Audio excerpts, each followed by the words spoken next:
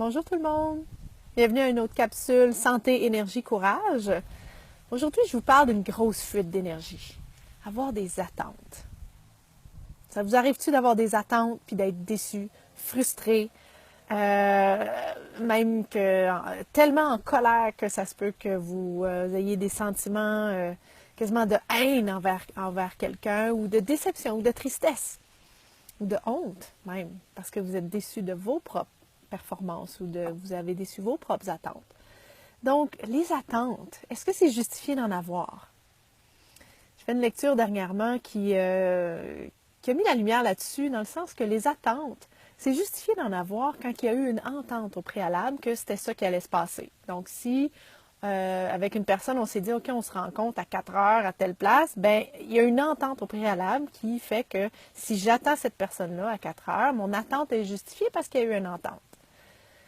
Souvent, quand nos attentes ne sont pas remplies, qu'on est déçu, qu'on est frustré, qu'on vit plein d'émotions, c'est qu'on a des attentes, mais qui n'ont pas fait l'objet d'une entente au préalable.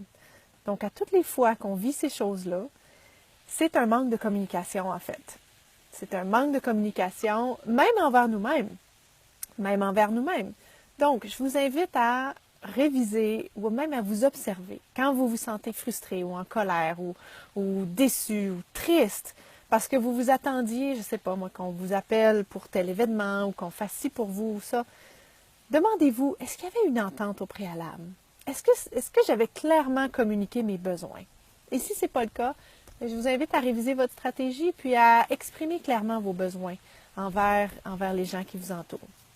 Et même, aller jusqu'à vous dire que si vous aviez des attentes envers vous-même, vous vous êtes donné un conseil, OK, il faut que j'arrête de manger du sucre, il faut que j'arrête de coucher tard, quoi que ce soit. Est-ce qu'il y avait une entente au préalable? Est-ce que vous aviez pris un engagement que oui, vous allez adopter ou cesser d'adopter un comportement? Parce que si l'entente n'avait pas été prise avec vous-même, c'était juste un conseil que vous vous êtes donné, donnez-vous la permission de ne pas écouter votre propre conseil.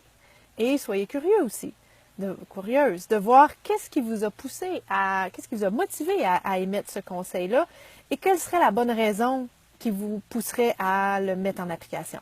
Mais assurez-vous qu'il y a une entente au préalable, même envers vous-même.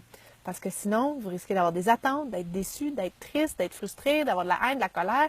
Et ça, c'est des grosses fuites d'énergie. OK? Donc, je vais être curieuse de savoir pour vous qu'est-ce qui résonne dans tout ça? Qu'est-ce que vous avez le goût d'essayer par rapport aux attentes? Et je vous invite à remplacer les attentes par des ententes. Parlez-vous. Communication. Je suis Catherine Gagnon, je suis votre coach de santé qui vous aide à générer l'énergie physique soutenue, la clarté mentale et la paix intérieure qui vous donne le courage et la confiance d'être pleinement qui vous êtes, pour exprimer vos besoins, pour vivre la vie que vous avez envie de vivre, pas celle que les autres veulent que vous viviez. Okay? Donc, si vous sentez que vous avez besoin d'aide dans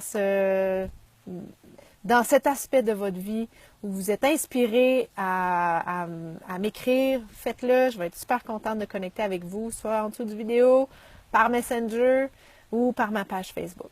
Donc, au plaisir. Bye bye.